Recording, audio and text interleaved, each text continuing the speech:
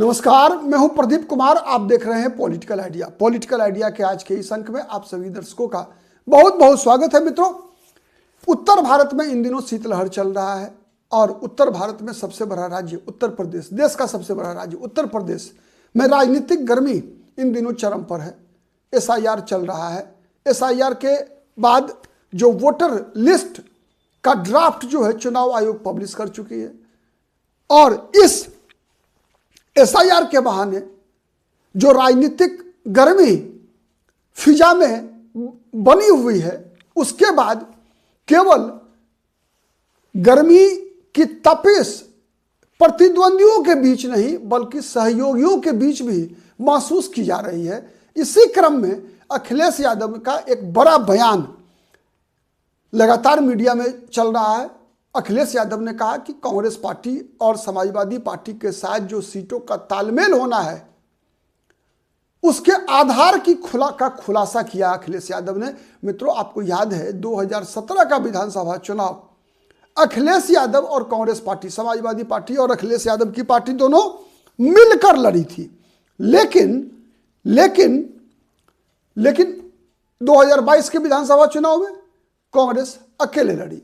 2017 के विधानसभा चुनाव में नारा था दो लड़कों की जोड़ी, याद होगा। यूपी के दो लड़के राहुल गांधी और अखिलेश यादव, एक ही रथ पर राहुल गांधी और अखिलेश यादव लगातार चुनावी सभाएं कर रहे थे 2017 के विधानसभा चुनाव में। लेकिन भारतीय जनता पार्टी का कब्रिस्तान और श्मशान का मुद्दा इतना भारी पड़ा कि ये दो लड़कों की जोड़ी तराशायी हो गई। फिर 2022 का विधानसभा चुनाव आया। 2022 के विधानसभा चुनाव में कांग्रेस और समाजवादी पार्टी अलग अलग चुनाव लड़ी। आपको याद होगा 2022 के विधानसभा चुनाव में कांग्रेस पार्टी की तरफ से यह इशारा किया गया था कि प्रियंका गांधी ही इस चुनाव को लीड कर रही है। लड़की हूं, लड़ सकती हूं, यह नारा था कांग्रेस का। समाजवादी पार्टी अकेले लड़ रही थी। परिणाम क्या हुआ? भारतीय जनता पार्टी दोबारा 17 के बाद दोबारा 2022 में भी भारी बहुमत से चुनकर सरकार में आती है। और सरकार में आने के बाद जो एसपी का गठबंधन था, एसपी का गठबंधन 2022 में समाजवादी पार्टी के साथ कुछ ऐसे सहयोगी भी थे जो आज बीजेपी की सरकार में शामिल हैं, जैसे सुहेलदेव समाज पार्टी के मुखिया जो ओम प्रकाश राजभर हैं, दारा सिंह चौहान, आपको याद होगा बड़े तामझाम के साथ, यहां तक कि स्वामी प्रसाद मौर्य जैसे लोग भी 2022 के विधानसभा चुनाव से पहले समाजवादी पार्टी में तांता लगा हुआ था भारतीय जनता पार्टी से मंत्रियों को छोड़कर जाने का। ओम प्रकाश राजभर पहले चले गए थे, दारा सिंह चौहान गए, स्वामी प्रसाद मौर्य गए। मतलब भारतीय जनता पार्टी को पिछड़ा वर्ग का विरोधी दिखाने का पूरा प्रयास किया गया था और लग रहा था कि समाजवादी पार्टी उत्तर प्रदेश के विधानसभा चुनाव को जीत लेगी। और परिस्थिति ऐसी बनी कि अखिलेश यादव का आत्मविश्वास शिखर पर था। स्थिति बनी कि कांग्रेस और अखिलेश यादव के बीच गठबंधन टूट गया। कांग्रेस अकेले लड़ी, प्रियंका गांधी के नेतृत्व में लड़ी, लेकिन परिणाम दोनों के लिए, अखिलेश यादव के लिए तो थोड़ा सा सम्मानजनक रहा भी, लेकिन कांग्रेस पार्टी के लिए बहुत ही बुरा परिणाम रहा। उत्तर प्रदेश के इतिहास में सबसे खराब परिणाम 2022 में कांग्रेस को भुगतना पड़ा। लेकिन जो वोट परसेंटेज था कांग्रेस का, उसमें कुछ संकेत दिखे कांग्रेस को। भले ही कांग्रेस सीटें नहीं जीत पाई थी, लेकिन वोट परसेंटेज में एक ऐसा संकेत दिखा जिस कारण से कांग्रेस का आत्मबल बढ़ा। और उसी का परिणाम था कि 2024 के लोकसभा चुनाव में अखिलेश यादव ने कांग्रेस पार्टी के साथ, आप कह सकते हैं कि एक तरह से कुछ हद तक सम्मानजनक समझौता करने पर बाध्य हुए। और जब समझौता हुआ तो 2024 का लोकसभा चुनाव का परिणाम बदल गया। मोदी के युग के बाद उत्तर प्रदेश में सब पहली बार नरेंद्र मोदी और योगी दोनों की जोड़ी को उत्तर प्रदेश में पराजय मिली। आज भारतीय जनता पार्टी के पास केंद्र में अपने बलबूते पर बहुमत नहीं है। उसका सबसे बड़ा श्रेय अगर किसी को जाता है, किसी राज्य को जाता है, तो उत्तर प्रदेश को जाता है। वैसे भी कहा जाता है कि दिल्ली की सत्ता का रास्ता उत्तर प्रदेश से होकर गुजरता है। 2029 के लोकसभा चुनाव के परिणाम, लोकसभा चुनाव से पहले उत्तर प्रदेश का 2027 का विधानसभा चुनाव उस 2029 के लोकसभा चुनाव के लिए सेमीफाइनल होगा। अगर 2027 के लोकसभा चुनाव में भारतीय जनता पार्टी फिर से तीसरी बार चुनाव जीतने में कामयाब होती है तो आप तय मानिए कि 2029 में फिर से एक बार नरेंद्र मोदी एंड कंपनी को कोई भी रोक नहीं पाएगा 2029 में फिर से सरकार बनाने में। इसलिए विपक्ष के लिए एक बड़ी चुनौती है उत्तर प्रदेश।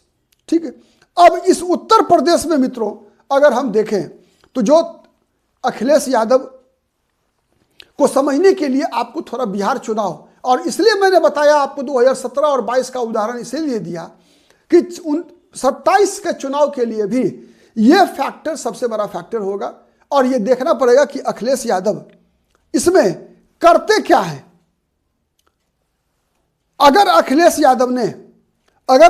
यादव ने वही गलतियां की जो गलती बिहार में तेजस्वी प्रसाद यादव ने किया तो फिर परिणाम क्या होगा? परिणाम तो बिहार वाला होगा। लेकिन अखिलेश यादव ने वैसे ये बात मानने में कहीं कोई हर्ज नहीं है कि अखिलेश यादव के अंदर जो मैच्योरिटी है वो तेजस्वी यादव की तुलना में कहीं ज़्यादा बेहतर है, नंबर एक।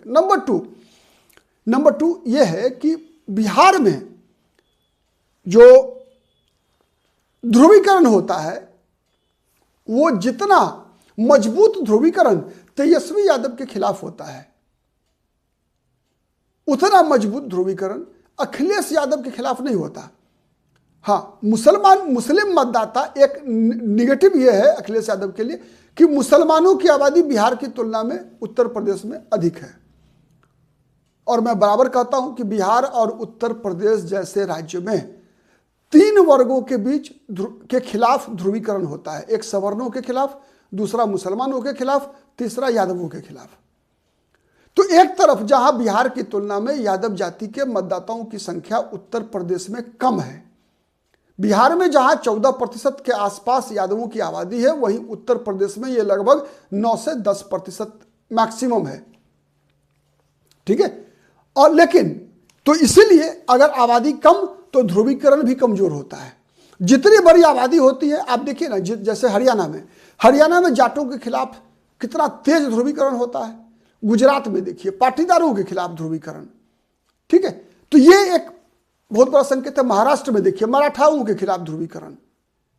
तो जिसकी जितनी संख्या भारी उसके खिलाफ ध्रुवीकरण भी उतना तेज होता है। तो उत्तर प्रदेश में बिहार की तरह यादवों की संख्या बिहार से कम है, इसीलिए यादवों के खिलाफ ध्रुवीकरण बिहार की तुलना में उत्तर प्रदेश में कम है। लेकिन मुसलमानों की आबादी उत्तर प्रदेश में ज्यादा है। मुसलमानों में बिहार की तुलना में मुस्लिम नेताओं की आक्रामकता उत्तर प्रदेश में अधिक है। उत्तर प्रदेश में आजम खान है, उत्तर प्रदेश में इमरान मसूद है, उत्तर प्रदेश में ही अफजल अंसारी भी हैं। ठीक है, मतलब उदाहरण के लिए मैं बता रहा हूं, ऐसे चेहरे उत्तर प्रदेश में हैं तो जिनके खिलाफ ध्रुवीकरण होता है लेकिन यादवों के खिलाफ ध्रुवीकरण कम होता है। उसका फायदा यह हो सकता है कि अखिलेश यादव, और यह दिखा भी 2024 के लोकसभा चुनाव में जब अखिलेश यादव के साथ गैर यादव पिछड़ा वर्ग के लोग अखिलेश यादव के साथ जुड़े। ठीक, लेकिन इसमें जो सबसे बड़ा फैक्टर है मित्रों वो ये है कि आज जो मुस्लिम मतदाता देख रहे हैं ना आप, जिसके खिलाफ ध्रुवीकरण ज्यादा होता है,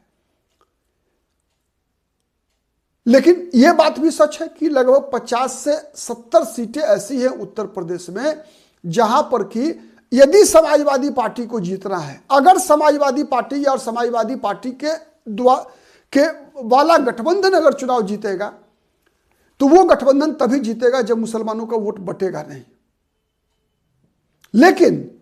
लेकिन यदि कांग्रेस पार्टी अकेले लड़ गई चुनाव तो इस मुसलमान के वोट को बटने से कोई भी रोक नहीं पाएगा। तो यह सबसे बड़ी चुनौती है अखिलेश यादव के लिए कि कांग्रेस को वो किन शर्तों पर अपने साथ रखते हैं, यह सबसे बड़ा फैक्टर है। लेकिन अखिलेश यादव कह क्या रहे हैं? अखिलेश यादव का बयान है बिहार के तरह ही कि जिसके पास जहां से जीतने वाला उम्मीदवार होगा हम उसको लड़ाने को तैयार हैं। मतलब सीट की संख्या की बात मत कीजिए, उम्मीदवार की बात कीजिए। आप याद कीजिए बिहार में भी क्यों भंडुल हुआ था, क्यों हुआ था गड़बड़ आरजेडी और कांग्रेस के बीच, आरजेडी और मुकेश सहनी के बीच? इसीलिए हुआ था ना कि आप अपना पहलवान दिखाइए, इसी चक्कर में हुआ था। और यही चक्कर चुनौती है अखिलेश यादव के लिए भी। अखिलेश यादव ने दावा किया कि हमने 2024 में इस फॉर्मूले को अपना लिया है कि किस फॉर्मूले से कहां पर समाजवादी पार्टी के उम्मीदवार होंगे, किस विधानसभा सीट से कांग्रेस पार्टी के उम्मीदवार होंगे, कहां से हम पल्लवी पटेल की पार्टी को चुनाव लड़ाएंगे। लेकिन ये सब बातें मायने तब रखती है गठबंधन की राजनीति में जब आप अपने गठबंधन के सहयोगियों को सम्मानजनक सीटें देते हैं। आज कांग्रेस पार्टी को इस बात का एहसास हो चुका है मित्रों कि बिहार और उत्तर प्रदेश जैसे राज्यों में मुस्लिम मतदाता राहुल तेजस्वी यादव और अखिलेश यादव की तुलना में राहुल गांधी में ज्यादा भरोसा व्यक्त करते हैं, क्योंकि उनको लग चुका है कि मोदी को पराजित करने की ताकत तेजस्वी यादव में, अखिलेश यादव में नहीं है। नरेंद्र मोदी को अगर कोई पराजित कर सकता है, परेशान कर सकता है, तो वो ताकत केवल और केवल राहुल गांधी में है, कांग्रेस पार्टी में है। इसीलिए अखिलेश यादव यदि बिहार की तरह कांग्रेस को अंडर एस्टिमेट करेंगे तो फिर परिणाम बिहार वाला ही होगा। देखिए क्या होता है। अभी तो समय है, अभी लगभग 15 महीने का समय है उत्तर प्रदेश के विधानसभा चुनाव के लिए। तब तक अभी इस गंगा में बहुत सारी पानी बहना बाकी है। बने रहिए पॉलिटिकल आइडिया के साथ।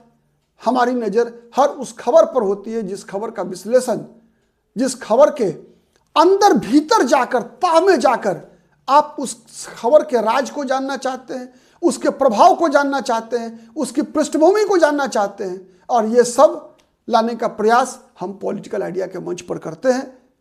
बने रहिए पॉलिटिकल आइडिया के साथ। आज के लिए इतना ही। बहुत बहुत धन्यवाद।